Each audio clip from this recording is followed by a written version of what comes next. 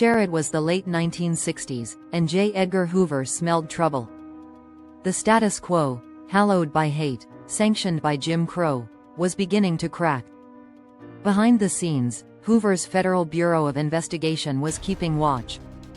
In 1967, the FBI quietly unleashed a covert surveillance operation targeting subversive civil rights groups and black leaders, including the Black Panther Party, Martin Luther King Jr., Elijah Muhammad, Malcolm X, and many others.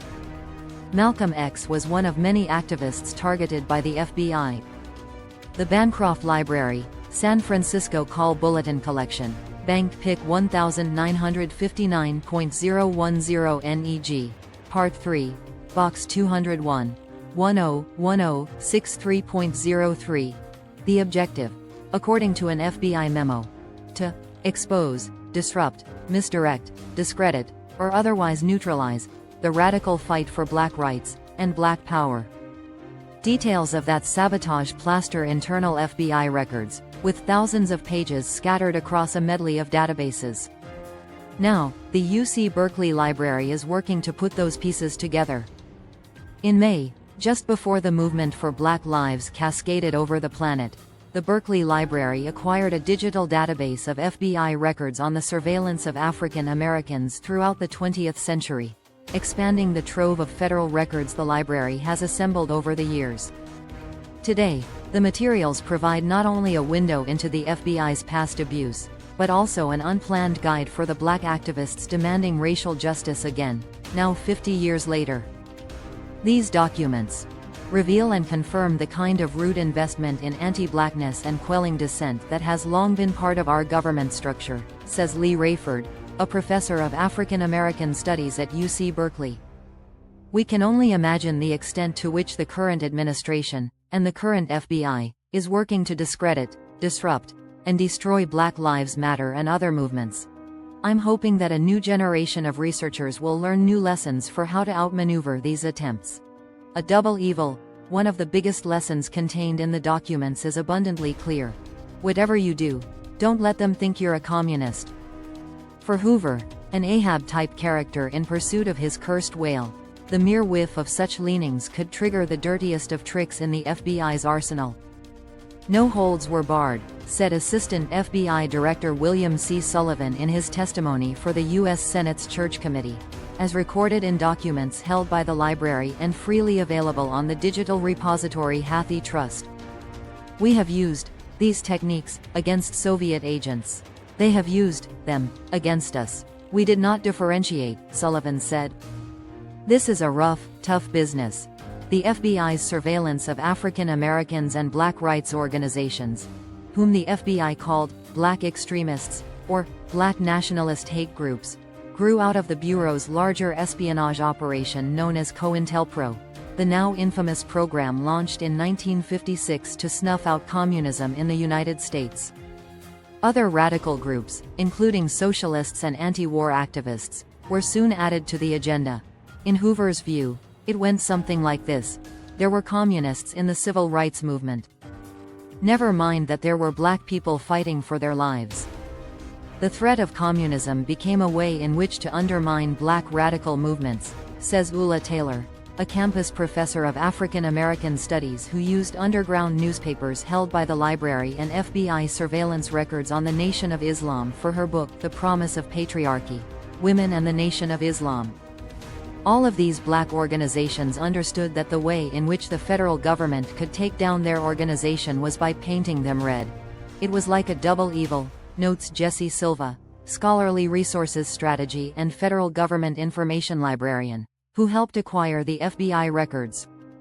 Communists are evil. Black nationalism is evil. Put them together, it's the ultimate evil. They tried to throw in whatever they could to make it stick, he adds. Looking at it now, it doesn't make any sense. In Rayford's view, that story spinning looks something like the political battle now taking place over the Black Lives Matter movement, and whether it is violent or not. Rayford points to a recent clip from Fox News featuring a warning that, if you disagree with BLM, that BLM will send protesters to your home, as she recalls. The FBI understood that, too, says Rayford, who used FBI records for her research on social movements and visual culture. They understood that the civil rights movement was winning people's hearts and minds through the circulation of photographs and videos of nonviolent, peaceful protests. We're seeing that right now, she continues. So much of the presidential race conversation is happening over the question, are these protests peaceful or not? Fanning the flames. One of the primary targets for COINTELPRO's fear-mongering was the Black Panther Party, the revolutionary black rights group founded in Oakland in 1966. Just 2 years later, Hoover called the Panthers the greatest threat to the internal security of the country. The FBI responded in full force, spreading ominous rumors to incite the group to violence, and even murder.